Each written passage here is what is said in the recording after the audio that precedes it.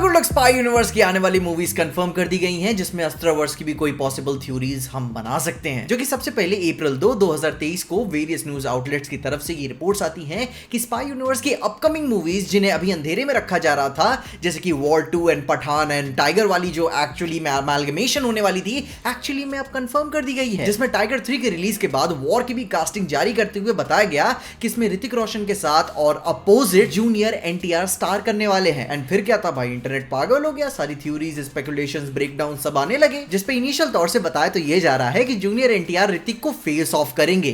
लेकिन इस बात को मैं पूरी तरीके से भाई मानता नहीं, क्योंकि जूनियर एनटीआर को एज विलन की तरह नहीं लाया जाएगा, बल्कि कोई एक छोटी सी मिसअंडरस्टैंडिंग के टाइप पे कुछ माहौल बनेगा। एंड इसके ऊपर आई थिंक ये कास्टिंग करके आदित्य चोपड़ा का सबसे बड़ा प्लान ही यही है कि वो स्पाई यूनिवर्स की लोर को थ्रू आउट इंडिया में फैलाए। मतलब कि अलग अलग एजेंट्स, अलग स्टेट से अलग आइडेंटिटीज रखते हुए इंडिया को as a whole proper representation दे पाए इस यूनिवर्स में। एंड यस, बिजनेस के लिए तो सबसे अच्छी बात है। हम सब जानते हैं और ये बात माना जाता है कि सदर्न फैंस बेस्ट फैंस होते हैं पॉप कल्चर में। वो अपने हीरोज को भगवान मान के चलते हैं। एंड खैर दैट्स अनदर टॉक। मगर इसी सॉफ्ट पॉइंट को स्पाई यूनिवर्स कैपिटलाइज करना चाहती है। इनकी मूवीज बिग बजट पागलपन तो होती ही है, तो क्यों ना सोने पे सुहागा लगाया जाए, सबको एक साथ बुलाया जाए। एंड इन्हीं सारी बातों के साथ पीछे से ये भी बात पता चलती है कि अपने अयान मुखर्जी अपने ब्रह्मास्त्र यूनिवर्स की ट्रिलॉजी को फाइनली कंफर्म करते हुए उन्होंने इसकी रिलीज डेट्स जारी कर दी हैं, जिसमें से ब्रह्मास्त्र पार्ट 2 देव को 2026 में रिलीज किया जाएगा एंड पार्ट 3 को 2027 में होपफुली। क्योंकि हम जानते हैं ब्रह्मास्त्र पार्ट 1 को बनाने में 10 साल से भी ज्यादा का समय लग गया था। मगर खैर, जो शुरू में उन्होंने डेवलपमेंट किया,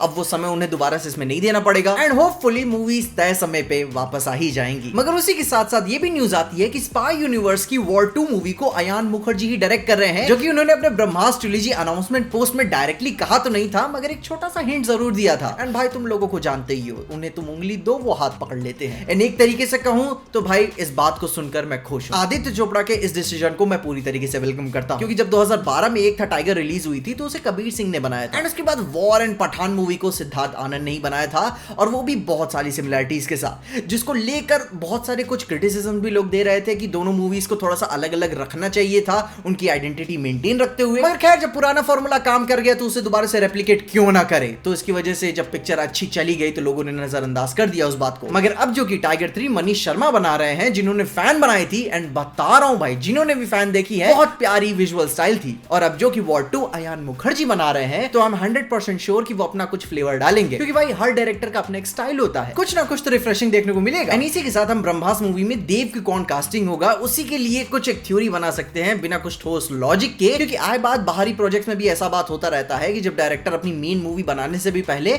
बाजू में एक छोटी मोटी मूवी अपने मेन एक्टर के साथ करता रहता है, ताकि थोड़ा सा एक अच्छा रिलेशनशिप बिल्ड हो जाए, ताकि मेन मूवी में वो खिल के बाहर आ सके। ठीक जैसे कि ब्लैक एडम में हुआ था, Dwayne Johnson already same director के साथ डिज्नी में जंगल क्रूज मूवी में काम कर चुके थे। तो मे बी इस लॉजिक की वजह से हमें ब्रह्मास्त्र पार्ट 2 में देव एज ऋतिक रोशन देखने को मिल जाए। होप करते हैं। तुम क्या सोचते हो उसके बारे में? एंड इसके बाद एक पिक्चर ऐसी स्पाई यूनिवर्स में है जिसका आंसर पूरी दुनिया जानना चाहती है कि क्या ये सच बात है, पठान वर्सेस टाइगर मूवी बनाई जा रही है। लिटरली एक वर्सेस मूवी, वो भी शाहरुख खान और सलमान खान के साथ। दोनों फैंडम्स में भाई तलवारें चल जाएंगी, लोगों का सपना पूरा हो जाएगा, वो जो वो कोक से लेकर पैदा हुए थे कि सलमान और शाहरुख की भाई लड़ाई देखेंगे एक साथ बड़े स्क्रीन पर्दे पे। या फिर ये भी बात हो सकती है कि ये सब साले मिलके अपन को पागल बना रहे हैं। अभी ये पिक्चर का सिर्फ वर्किंग टाइटल है, जो कि एक्चुअली में पिक्चर की कहानी कुछ और होगी कि स्पाई यूनिवर्स के मेन थानोस के साथ वो मिलकर लड़ेंगे, जिसमें थोड़ी बहुत नोक झोंक होगी उनकी। लेकिन अगर ये उस वर्सेस वाली गली में जाना ही चाह रहे हैं, अगर उन्होंने मूड बना ही लिया है, तो भाई मैं अभी पैसे देने के लिए तैयार हूं। ये वर्सेस वाली पिक्चरें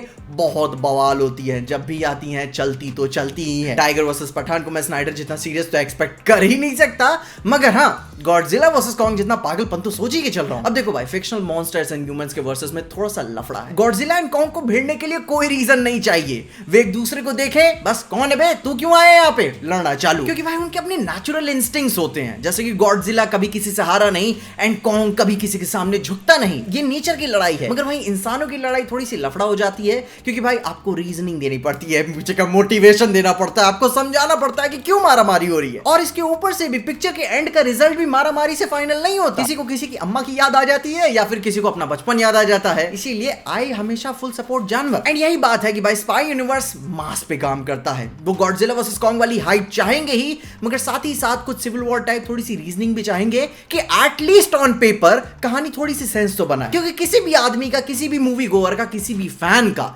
बस इतनी ही ख्वाहिश है कि भाई मैं पिक्चर ये देखने जाऊं ना जब, तो भाई मुझको मजे आने चाहिए कि भाई पठान वर्सेस टाइगर देखने जा रहे हैं, बस मेरा टाइम वसूल होना चाहिए। खैर, इसके ऊपर तुम इसके बारे में क्या सोचते हो? ये अभी सिर्फ एक वर्किंग टाइटल है या फिर एक्चुअल में ये फिल्म बना रहे हैं? एंड इसके ऊपर से भी भाई मैं एक बात जरूर कहना चाहूंगा कि भाई सीरियस फैन वॉर्स करने का कोई मतलब नहीं बनता।